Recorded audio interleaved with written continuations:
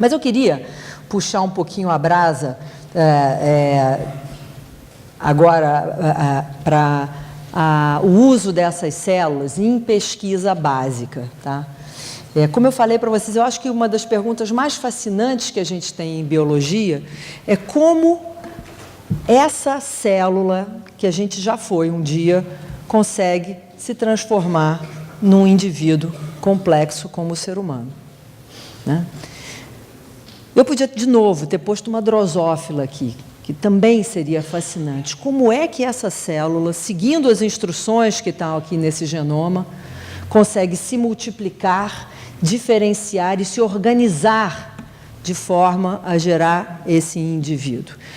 Eu posso ser um pouco menos pretensiosa, dizer, olha, eu não vou conseguir, vamos simplificar o problema. Como é que essa célula dá origem a esse indivíduo? Que é bem mais simples do que esse, mas já é de um nível de complexidade extraordinário. Eu já tenho aqui formas, membros, um sistema nervoso, um coração batendo, sangue circulando. Como é que se dá a transformação dessa célula nesse indivíduo, né? E é claro que eu vou estudar isso, a gente estuda isso em organismos mais simples, a gente começa lá com a C. elegans, um nematodo, depois a gente pula para a drosófila, para aquele paulistinha, vamos para o camundongo. Vai chegar um momento, eu quero estudar isso, tudo que eu aprendi nesses modelos animais, isso se aplica ao ser humano, como é que isso se dá? E como é que eu vou estudar essa transformação quando ela se dá no útero, né? Então, uma forma da gente estudar isso é fazer uma pergunta um pouco mais simples. Como é que essas células, de repente, se transformam em neurônios? Ou em cardiomiócitos, ou células. E aí eu consigo reproduzir esse processo no laboratório usando as células tronco pluripotentes. Eu posso induzir essa diferenciação e agora ela vai acontecer no meu laboratório e eu vou conseguir olhar essas células e ver que genes estão sendo ativados, que genes estão sendo reprimidos, tá? Então, é muito importante. E o que isso vai gerar? Isso vai gerar conhecimentos básicos sobre a biologia humana, tá? E esses conhecimentos básicos, eventualmente, podem se traduzir um dia em alguma terapia, que nem envolva uma célula-tronco. Eles foram descobertos usando células-tronco.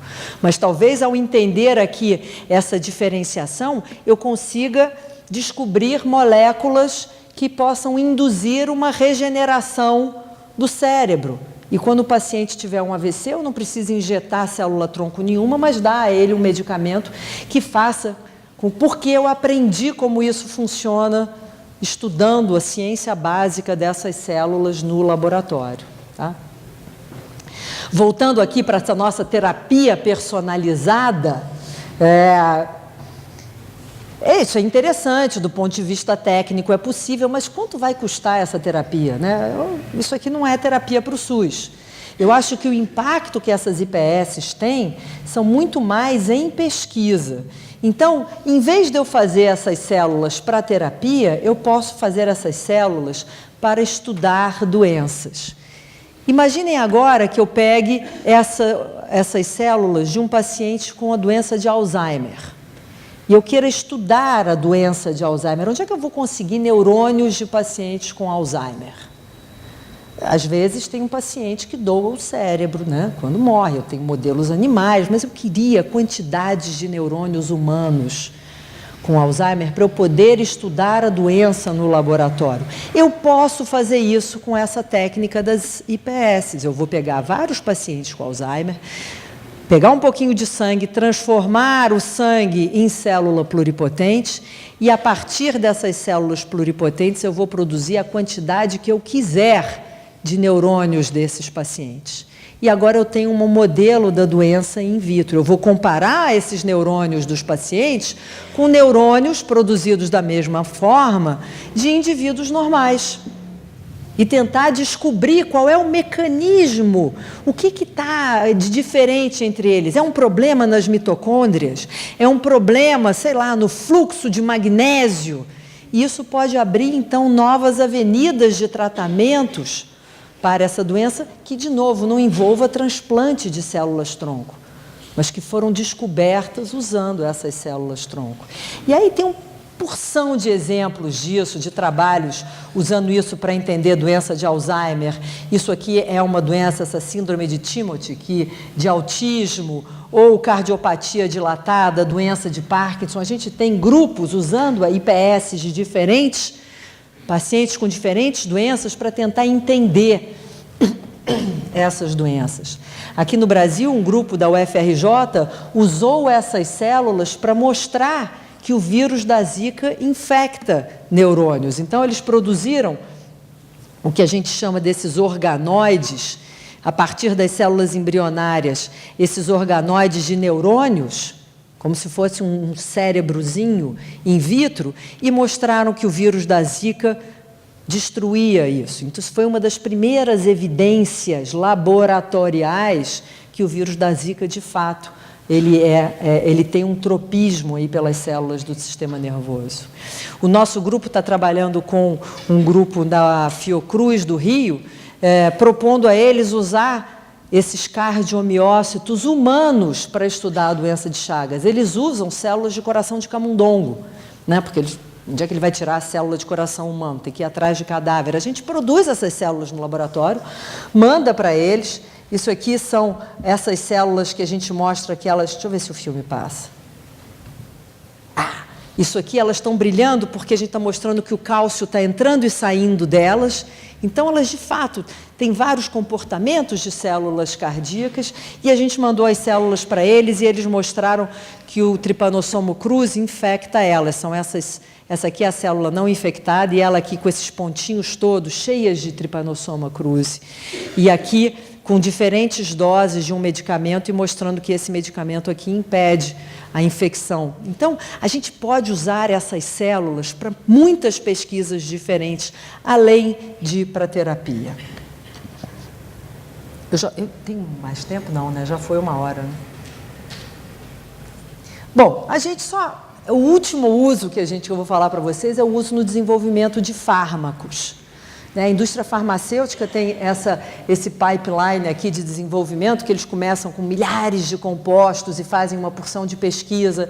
Desses, sei lá, uns 100 deles, eles vão testar em modelo animal. Se tudo der certo, meia dúzia vai ser testada em ser humano. E aí, depois de milhares de pessoas testadas, e se tudo der certo, 2 bilhões de dólares depois e 15 anos depois sai um medicamento. Então, a gente precisa de formas para agilizar isso.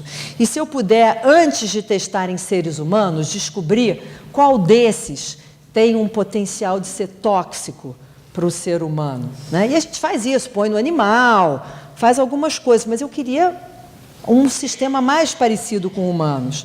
Ora, a gente pode usar, por exemplo, células do músculo cardíaco produzidas a partir das células embrionárias.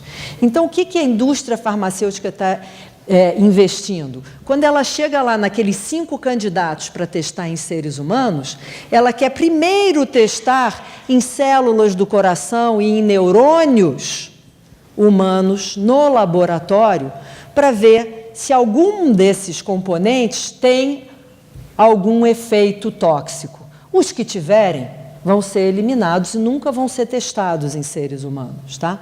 Os que não tiverem, então, vão ser testados. Eles não vão ser tóxicos?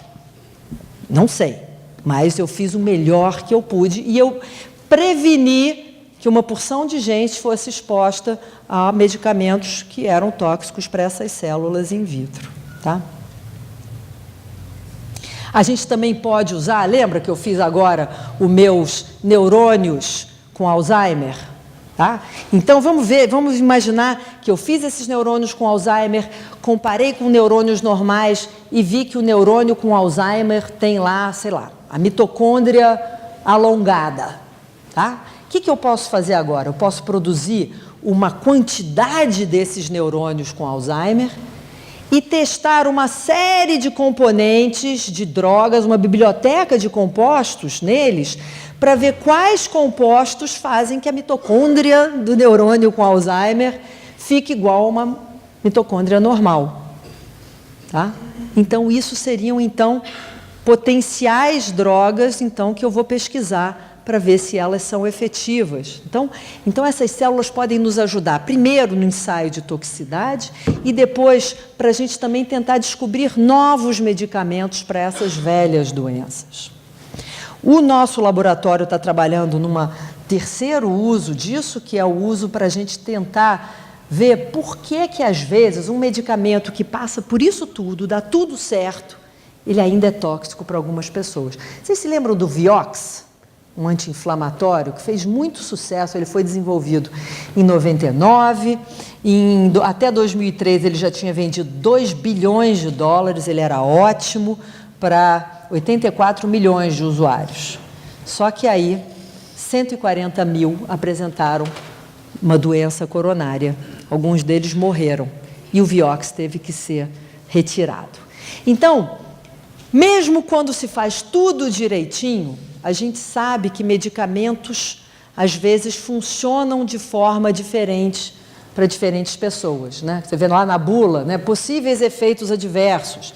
Um medicamento que é ótimo para mim pode causar taquicardia numa outra pessoa. Ou um medicamento que funciona para mim, um antidepressivo que funciona muito bem para mim, pode não funcionar para outra pessoa. Então, essa resposta variável aos medicamentos é uma coisa muito importante. E uma coisa que modula, que é responsável por isso, é a genética do indivíduo. Né?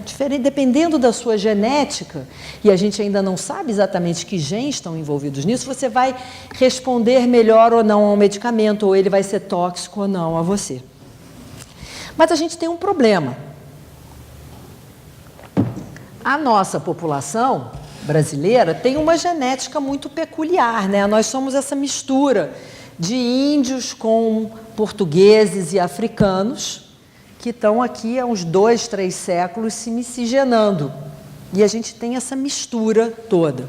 E por que isso é um problema? Porque a maioria dos medicamentos, eles são testados em populações europeias ou americanas. E baseado nesses resultados, eles são comercializados em outras populações, com uma genética muito diferente. Então, idealmente, a gente gostaria de que esses ensaios clínicos fossem feitos em diferentes populações, em que eu vou pegar um medicamento, testar nessa população e ver se tem gente para quem esse medicamento faz mal ou não. Mas se eu tiver que fazer isso para várias populações, a indústria farmacêutica quebra de vez, né?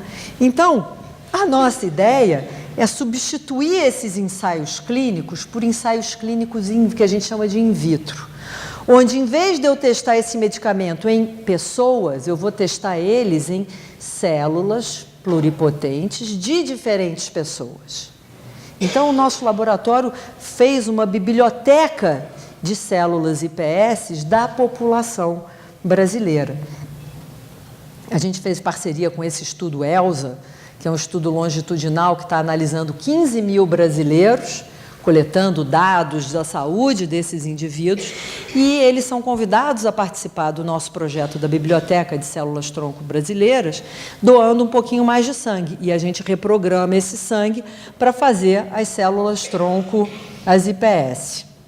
Eu estou passando rápido porque... Então, a gente tem 2 mil desses brasileiros já armazenados, e a gente mostrou o seguinte, que as células, quando a gente analisa o genoma das células, das iPS desses brasileiros do ELSA, eles têm essa mistura aqui de genoma africano, europeu e do índio brasileiro.